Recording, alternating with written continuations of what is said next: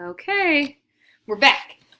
So this should be all good. Let's move on. Hawaii. So again, you should be able to fill this out based off of the crash course video. So take a pause, maybe write in pencil, write down your answer to this. I'll go over it in a second. Great. So the imperialist motives here to annex. Now remember, what does annex mean? To make a state. So why did we want the US to become a state? Because we had a lot of business investments in Hawaii, and the Queen was attempting to limit foreign power. So she was trying to prevent foreign affairs from coming on in. So we were like, hey, we gotta protect our sugar and protect our money. So we gotta get in there. So by trying to make moves to actually make Hawaii a state, we really were just protecting our business interests. Now, these two policies are important in the whole kind of big picture, especially as we get into starting to think about how America becomes more outward facing, which will influence us getting into World War I and World War II. And Japan and China will play roles in all that. But for now, how did Matthew Perry's trip to Japan impact Japan? So now, after Matthew Perry went over, not the actor from Friends, but he was a state official at the time. Now, as I'm saying that, I realize that you guys are all probably far too young to really know Friends all that well. But anyway, I'm showing my age. So Japan begins to trade with the U.S., which it had never done before. Prior to this visit, Japan had actually been closed off to all trade in the West. So this was a big moment for Japan, opening up trade routes, but also for us to expand our trade, which was part of the whole reason that we became a part of this imperialist road anyway. They also started to build a navy, which will be huge when we see that play out as we get closer to World War II. But after this visit, just as we are starting to become a sea power, Japan will begin that as well. So the open door policy was created by a guy named John Hay. And so this idea is that all countries have equal access to trade in China. So there's not any one nation that can control the trade within China's territory. It was free and equal opportunity for everyone involved. So before it might be like, oh, well, this one country has primary control of the trade. Now it's like, hey, everyone can trade with China. It's an open door. Come one, come all. So I know this part's cut off, but you're following along, at least you should be, with your graphic organizer. So this part asks, what did the U.S. do that resulted in building and controlling the Panama Canal? Again, this was briefly touched on in the crash course video, so you might be able to just skip this part of the flipped classroom and be able to fill this out completely. But for those of you who want a little bit of clarification, what happened is that the U.S. provoked a revolution in Panama, trying to encourage the people of Panama to rebel against Colombia. So by Panama revolting against Colombia, Panama could become its own independent thing. Then they'd be like, hey, America, you supported us in this rebellion. Thank you so much. What can we do to help? And then America, being sneaky like they are, is like, oh, really? Well, actually, what you could do is give us the right to build and control this really important canal. And so, of course, they did that.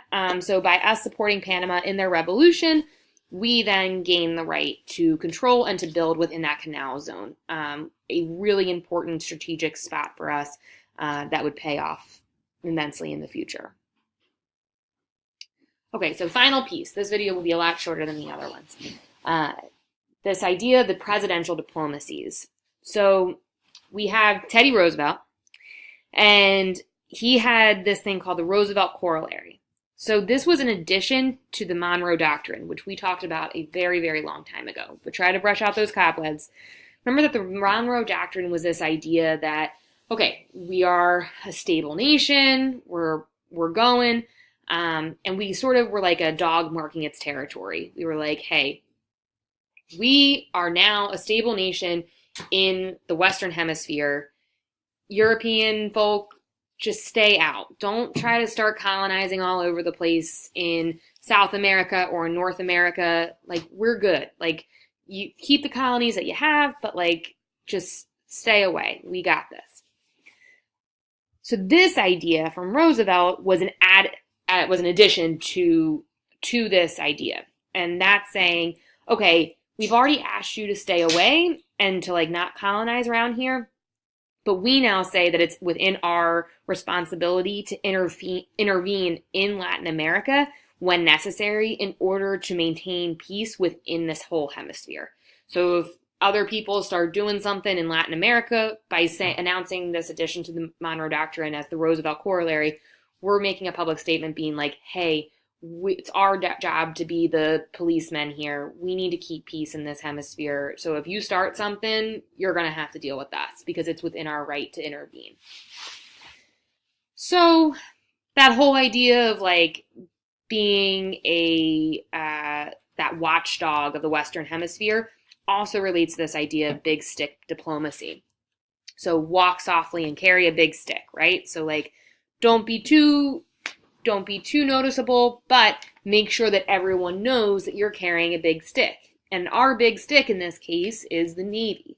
So as we keep developing our Navy, this becomes our biggest asset to try to assert our U.S. dominance in terms of military power and also just in terms of political and geopolitical power.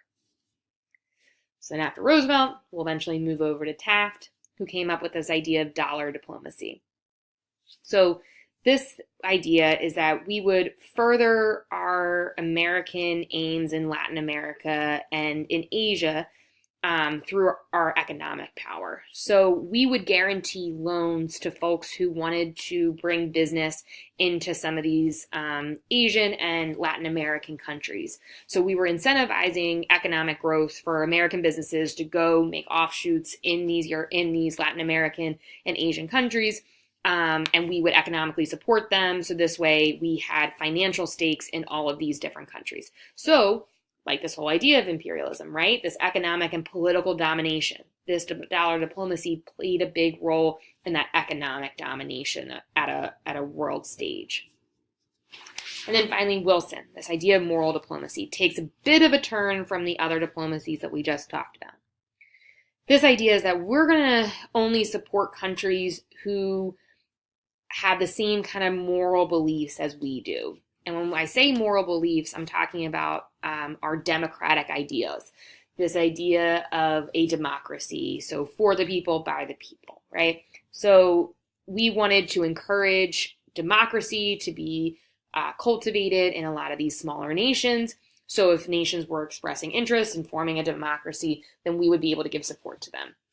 This is also starting to come at a time that this idea of communism, which we'll talk about in a couple of weeks, is continuing to boil. So we wanted to try to foster some of these democratic ideas. So by switching more to a moral diplomacy, we were hoping to cultivate a love of democracy as a government system for some of our weaker nations that we were associating with and trying to extend our influence at the time.